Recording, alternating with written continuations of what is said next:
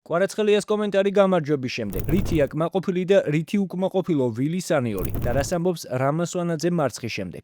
ამ და სხვა საინტერესო ინფორმაციის მოსასმენად უყურეთ ვიდეოს ბოლომდე. დავიწყოთ თბილისიდან, სადაც საქართველოს ნაკრებმა ამხანაგურ შეხვედრაში ბაჰრეინი 2-0 დაამარცხა. თუმცა გულშემატკივარი გამარჯვებას უფრო დიდი ანგარიშით ელოდებოდა, რადგან ბაჰრეინი საკმაოდ სუსტი მეტოქე უნდა ყოფილიყო. საქართველოს ნაკრებმა, რომელმაც თამაში 3 მცველით დაიწყო, პირველ ტაიმში გოლის გატანა ვერ მოახერხა. გამარჯვების მომტანი გოლები მეორე ტაიმში ჯერ ლუკა ლოჩოშვილმა გაიტანა ოთარ კიტეიშვილის პასით. შემდეგ კი ახალმა კაპიტანმა ხვიჩა კვარაცხელიამ გიორგი კვერნაძის მოპოვებული 11 მეტრიანით შეხვედრის საბოლოო ანგარიში დააფიქსირა. გამარჯვების შემდეგ მედიასთან საქართველოს ნაკრების მთავარმა მწვრთნელმა ვილი სანიოლმა, კაპიტანმა და ფეხბურთელებმა ისაუბრეს. მათ მოსმენამდე არ დაგავიწყდეთ ვიდეოს დალაიქება. ალბათ დღეს კვერნაძე დამეხმარა, მე რო გოლი გამეტანა, დიდი მადლობა მას.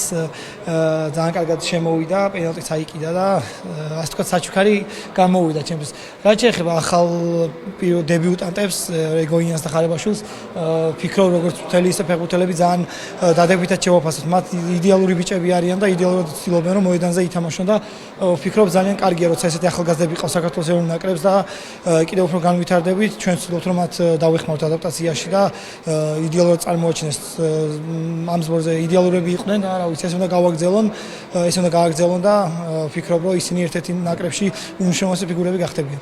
პირველ რიგში იმას აღნიშნავ, რომ ჩემთვის სეზონი არ იყო ასე ვთქვათ დამთავრებული, იმიტომ რომ მე ვთვლი რომ ეს თამაშები, ამხანაგური თამაშები ძალიან მნიშვნელოვანი იმისთვის, რომ სექტემბერში მთელი გუნდი მზად ვიყოს და ვფიქრობ ნაყოფიერად გამოვიყენეთ ეს შეკრება თითოეულ ფეხბურთელმა და მეც როცა ვილიმას აღნიშნა, როცა დამირეკა მან და როცა ვსაუბრობთ, ვთხარი რომ თუ საშუალება იქნებოდა, მე მინდოდა ჩამოსვლა და თამაში და რა თქმა უნდა მითხრა რომ გამოძახებული ხარ და შენ გადაწყვეტეო გინდა თუ არა ჩამოსვლა და რა ჩემთვის ნაკრებში ჩამოსვლა ძალიან ასე ვთქვათ სასიხაოა ყოველთვის როცა ამ ბიჭებთან ერთად მოედანზე გადიხარ ან როცა მათთან ერთად ვარ ძალიან სასიამოვნოა ეს ყველაფერი და ბევრი არც მიფიქრია უკვე ვიცოდი რომ ჩემთვის ბოლო თამაში იქნებოდა დღეს ბაჰრეინთან და ვფიქრობ რომ და ნაყოფიერი შეკრება გავიარეთ. სამი ცენტრალური მცველით თამაში, იმიტომ გადავწყვიტეთ, რომ ჩვენთვის მიზანი არა მოგება ბაჰრეინთან, არამედ სექტემბრისთვის მომზადება იყო. სექტემბერშიც სავარაუდოდ 3 ცენტრალური მცველით ვითამაშებთ. ამხანაგური შეხვედრები ყოველთვის ოფიციალური თამაშებისთვის მოსამზადებლად უნდა გამოვიყენოთ. ხანგრძლივი სეზონის შემდეგ ფეხბურთელებისთვის ყოველთვის რთულია ბოლომდე დაიხარჯონ.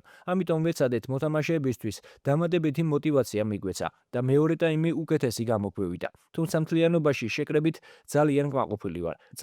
კმაყოფილი ვარ პირველი თამაშითაც, მაგრამ რა თქმა უნდა, დღევანდელი შეხვედრით 100%-ით კმაყოფილი არ ვარ, რაც ნორმალურია. ზოგჯერ ეს უნდა მიიღო, ზოგჯერ უნდა შეეგუო იმ ფაქტს, რომ იმარჯვებ და ეს არ არის დიდი გამარჯვება, მაგრამ მაინც მოგება და გამარჯვება პოზიტიური დინამიკის შენარჩუნებაში გვეხმარება. სასიამოვნოა, გახარებულა იმედია კიდევ მეტი იქნება და დავეხმარები ნაკრებს.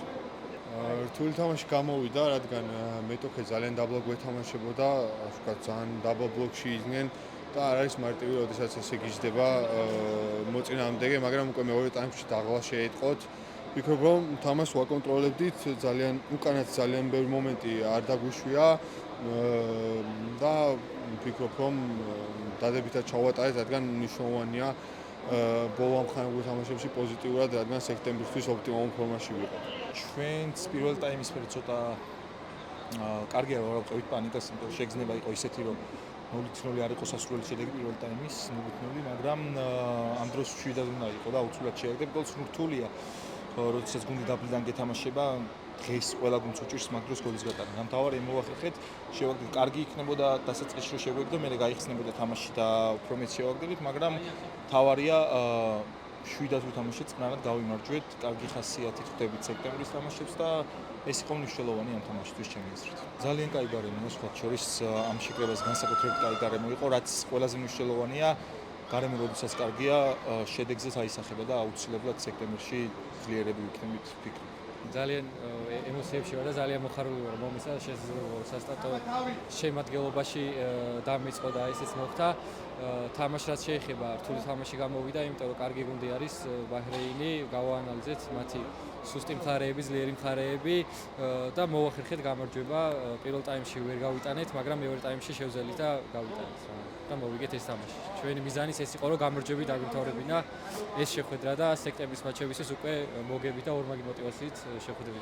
შეგახსენებთ, რომ საქართველოს ნაკრები მომდევნო შეხვედრას 2026 წლის შემოდგომაზე გამართავს. ერთა ლიგის გათამაშების ახალი სეზონი 25 სექტემბერს ჩრდილოეთ ირლანდიასთან საშინაო შეხვედრით დაიწყება. აქვე როგორ შეაფასებთ საქართველოს ნაკრების ბოლო ორ ამხანაგურ შეხვედრას? დაწერეთ თქვენი აზრი კომენტარებში. ახლა კი გეტყვით, რომ საქართველოს 21 წლამდე ნაკრებმა დღეს ბულგარეთის ქალაქ ბლაგოევგრადში ამერიკის 20 წლამდე ნაკრებთან ამხანაგური შეხვედრა გამართა და მინიმალური სხვაობით 1-0 დამარცხდა. აღსანიშნავია, რომ ამ შეხვედრაში დაწინაურება საქართველოს ნაკრებს შეეძლო, თუმცა პირველ ტაიმში ალექსანდრე ნარიმანიძემ 11 მეტრიანი ვერ გამოიყენა. შეხვედრის ერთადერთი გოლი მეორე ტაიმის მიწურულს მე-80 წუთზე გავიდა. შეხვედრის შემდეგ მედიასთან მთავარმა მწვრთნელმა რამა სვანაძემ და ფეხბურთელმა ნიკოლოზ დადიანმა ისაუბრეს. ამ თაობისთვის პირველი ამხანაგური თამაში იყო.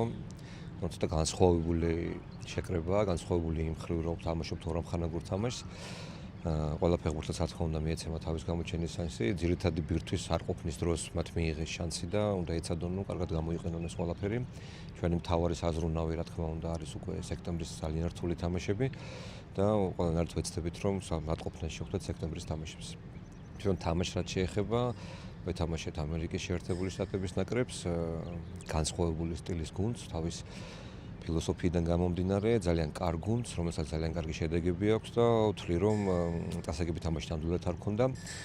თუმცა უნდა აღინიშნოს აუცილებლად ის ფაქტი, რომ განსხვავებით პირველი ტაიმისგან და მეორე ტაიმის საწყის პერიოდიდან ბოლო წუთები ძალიან გაგვიჭირდა პირველ რიგში იმის გამო, რომ ძალიან დიდი სხვაობა იყო.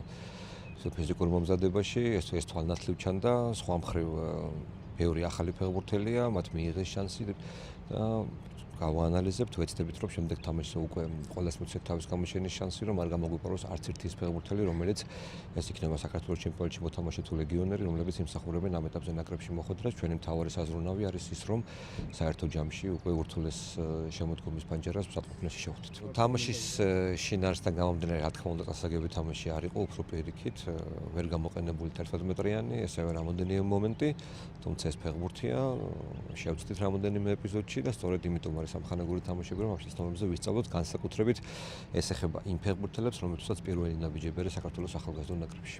საკმაოდ რთული თამაში გამოდგა, ჩემი აზრით პირველი ნახევარი ჩვენი კარნახით მიდიოდა, თუმცა ვერ გავიტანეთ გოლი სამწუხაროდ და მეორე ტაიმში უკვე რაღაც შეცდომები ჰქონდა, ფიზიკურადაც დავიღალეთ, ამინდისთან ჩვენი ფიზიკური მომზადების გამო დაგვეტყო ეს დაღლა და უკვე სამწუხაროდ გავუშვით გოლი, მე უკვე ვეღარ შევძელით თამაში დაბრუნება. მაგრამ ვიმედოვნებ, რომ შემდეგი თამაშისთვის 100% მზად ვიქნებით და გამოვასწორებთ იმ შეცდომებს, რომელიც ახლა დავუშვით, იმიტომ რომ მნიშვნელოვანია, რომ სექტემბერში მოგებით მივიდეთ იმ თამაშებამდე, რომლებიც გვაქვს. შეგახსენებთ, რომ საქართველოს ახალგაზრდული ნაკრები შემდეგ შეხვედრას 9 ივნისს მოლდოვის წინააღმდეგ გამართავს. ბოლოს, თუ დაგავიწყდათ, დაალაიქეთ ვიდეო და გამოიწერეთ არხი, რომ არ გამოგჩეთ შემდგომი საინტერესო სიახლეები.